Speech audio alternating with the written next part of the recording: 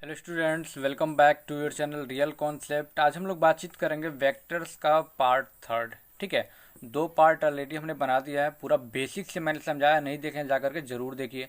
पहले पार्ट में मैंने बताया था कि स्केलर क्वांटिटीज क्या होती हैं, वेक्टर क्वांटिटीज क्या होती हैं और वेक्टर को रिप्रेजेंट कैसे करते हैं बच्चों। ठीक है, और सेकेंड पार्ट में मैंने ये बताया था टाइप्स ऑफ वेक्टर के बारे में कि वेक्टर्स कितने प्रकार के होते हैं, equal vectors, unequal vectors, collinear, coplanar, concurrent, unit, यानी पूरा कंप्लीट वेक्टर के बारे में मैंने बताया था टाइप वेक्टर के। ठीक है, तो पार्ट थर्ड में पढ़ेंगे हम लोग एडिशन ऑफ वेक्टर्स। अब वेक्टर्स है तो उनको ऐड भी करेंगे। देखो मैं बहुत बेसिक लेवल से पढ़ा रहा हूँ, ऐसा नहीं कि मैं एक ही वीडियो में पूरा खत्म करता हूँ, पूरा धीरे धीरे धीरे धीरे पूरी बेसिक्स में पढ़ा रहा हूँ। कहीं से एक भी क्वेश्चन यहाँ से बाहर से नहीं आएगा अगर पूरा कॉन्सेप्ट, अगर रियल कॉन्सेप्ट का देख लेते हैं तो।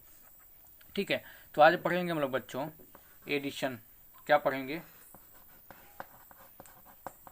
Addition of vectors. अब वेक्टर्स को कैसे ऐड कर सकते हैं उसको हम लोग बहुत अच्छे तरीके से पढ़ने वाले हैं। ठीक है, बेसिकली आप इंटरमीडिएट में जाओगे आप तो सारी चीज़ें पढ़ोगे, लेकिन मैं थोड़ा सा आपको रिव्यू दे लेता हूँ। ठीक है, और बहुत अच्छे से समझाऊंगा, कोई दिक्कत कहीं से नहीं आएगी। ठीक है, तो देखा है तो बेसिकली अगर मैं बातचीत करूँ तो एडिशन, वेक्टर का जो एडिशन होता है बेसिकली दो मेथड से किया जाता है।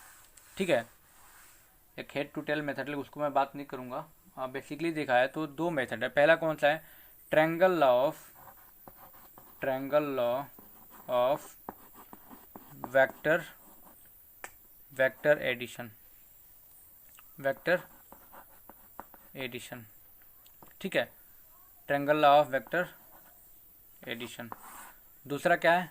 Parallelogram, parallelogram law of vector addition. ठीक है, तो दोनों को बहुत अच्छे से हम लोग समझने वाले हैं, आपको कहीं से कोई दिक्कत नहीं आएगी। चलिए स्टार्ट करते हैं हम लोग triangle law of vector addition. ठीक है, किससे स्टार्ट करते हैं? Triangle law,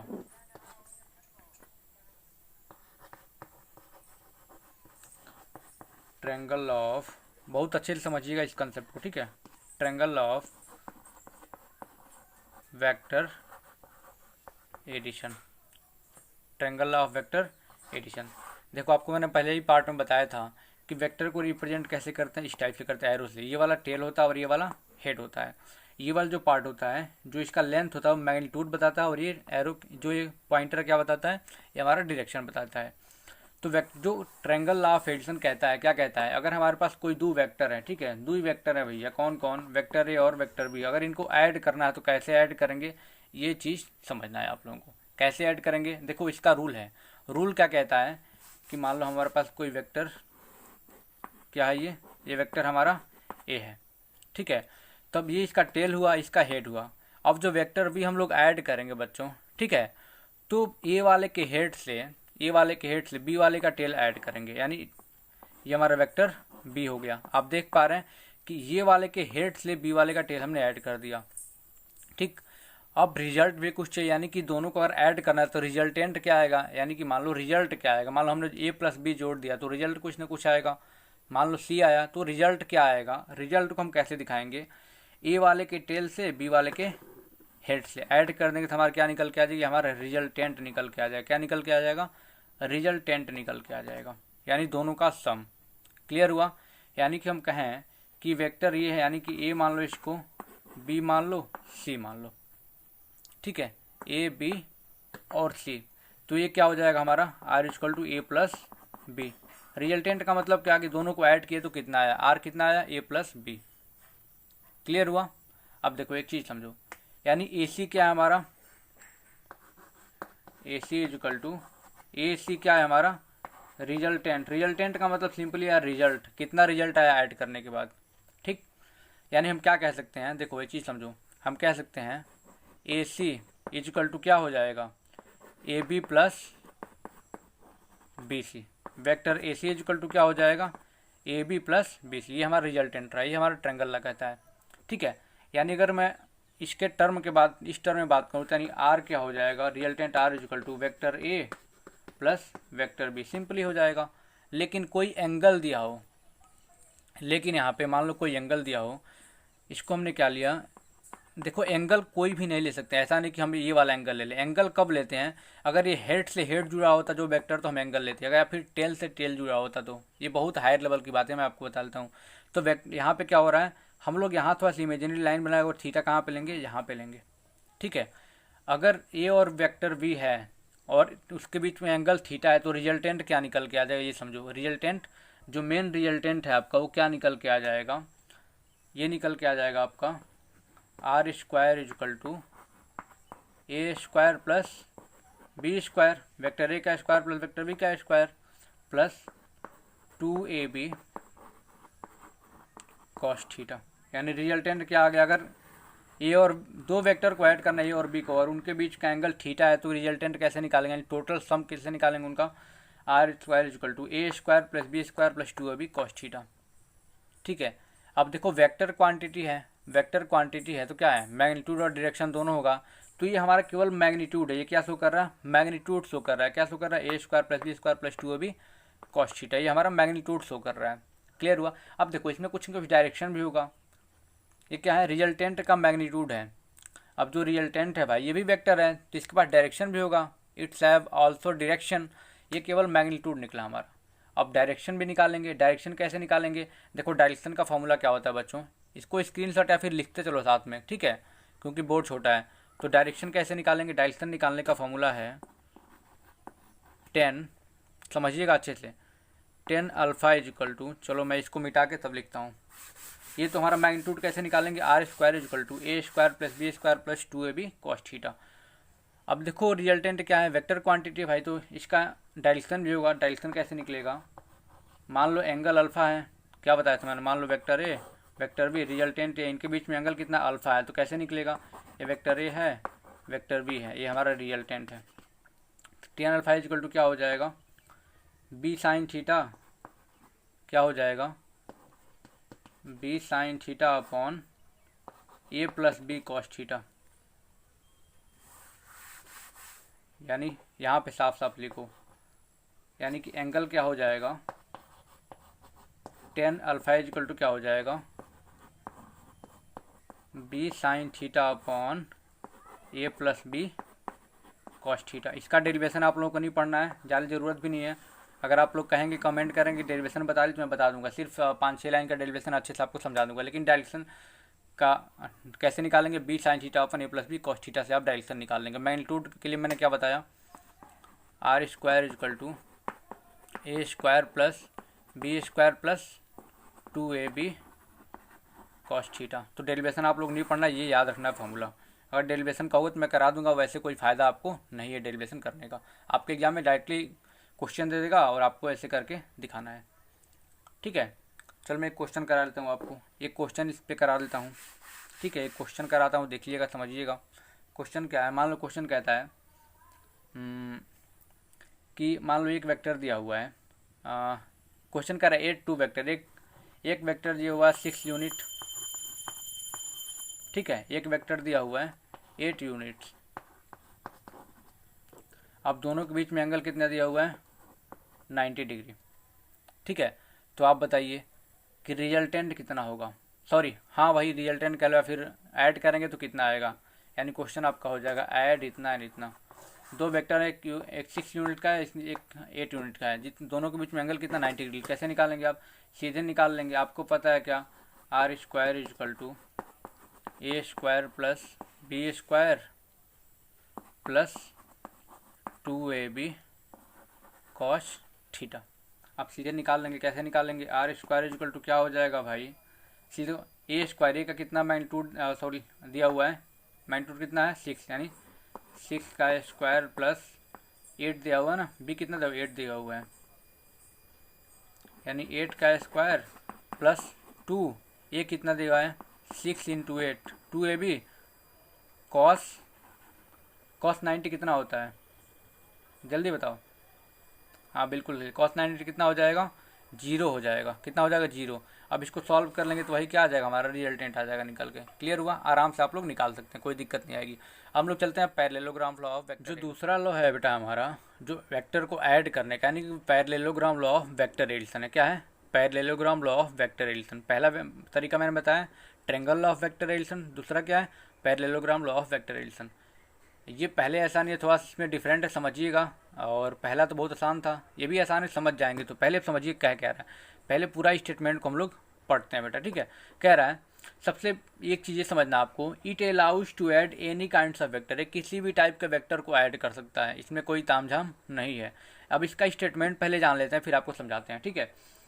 if two vectors acting at a point are represented its magnitude and direction, ठीक है, by two adjacent side of a parallelogram drawn from a point, their resultant in magnitude and direction is given by the diagonal passing through the same point।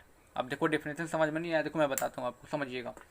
क्या बताया, मान लो हमारे पास कोई दो vector है, हमारे पास कोई दो वेक्टर है, हमारे पास क्या है, कोई दो वेक्टर है। मान लो कोई वेक्टर ए है जिसकी वैल्यू कितनी है 5 मीटर ईस्ट में मान लो, ठीक है।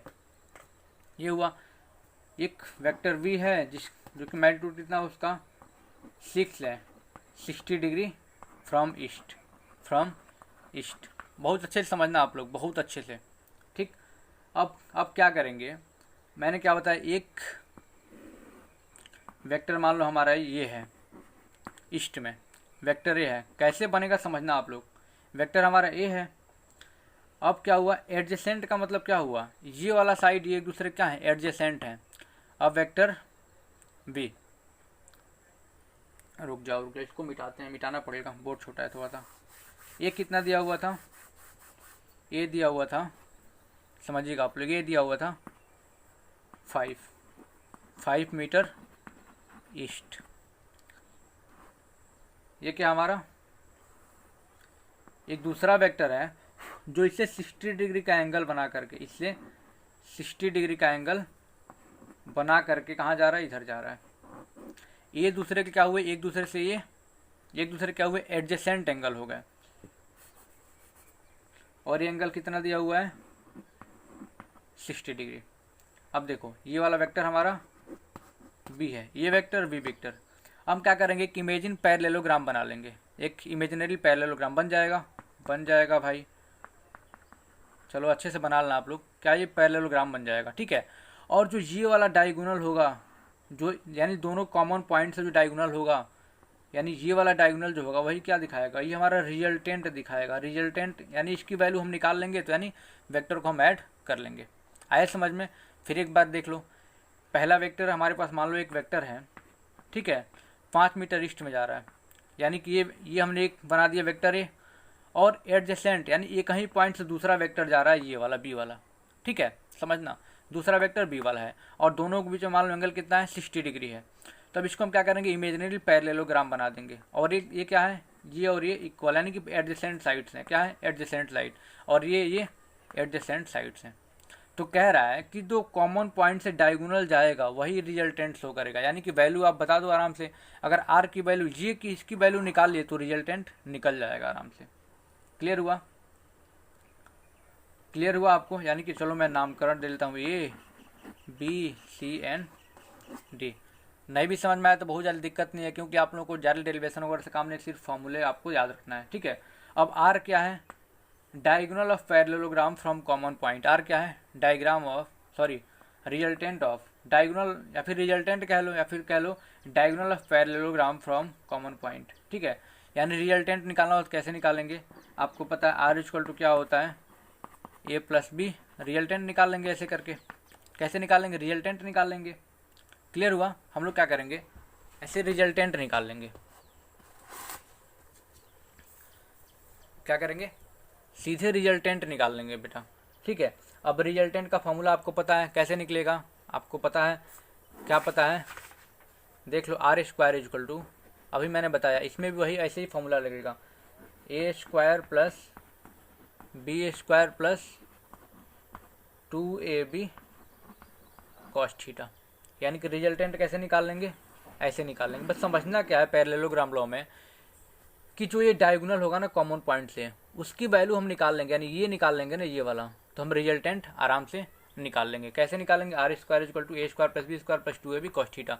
अब ये तो हमारा क्या है, मैग्नीट्यूड है, क्या है हमारा, मैग्नीट्यूड है।